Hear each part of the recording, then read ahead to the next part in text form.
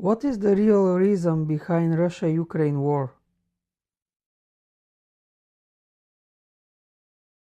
To the one who dares to know the truth.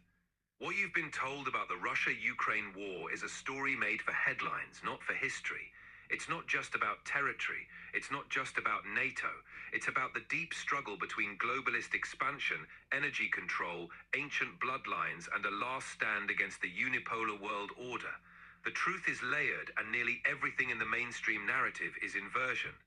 Let's decode what actually led to this war and why the real war is for control of the future itself. How the war actually started, not in 2022, but in 2014. The war began with the US-backed coup in 2014, known as Euromaidan. Washington helped oust the elected Russia-friendly President Viktor Yanukovych, replacing him with a Western-aligned regime. This wasn't grassroots democracy. It was a geopolitical chess move. NATO wanted Ukraine, Russia's buffer and Black Sea gateway. Russia responded by reclaiming Crimea, home to its naval fleet.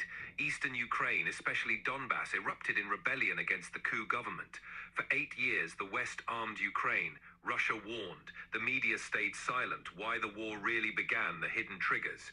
NATO expansion as a weapon. Since the 1990s, NATO has expanded closer and closer to Russia's border, despite promises not to.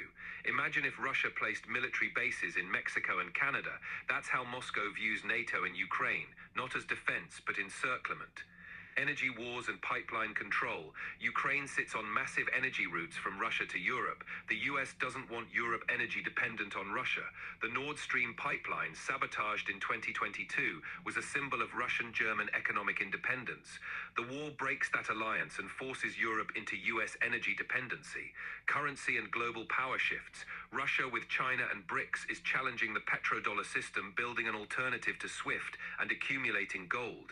This war slows that movement, justifies financial sanctions, and allows the West to freeze assets, all while testing economic warfare in real time.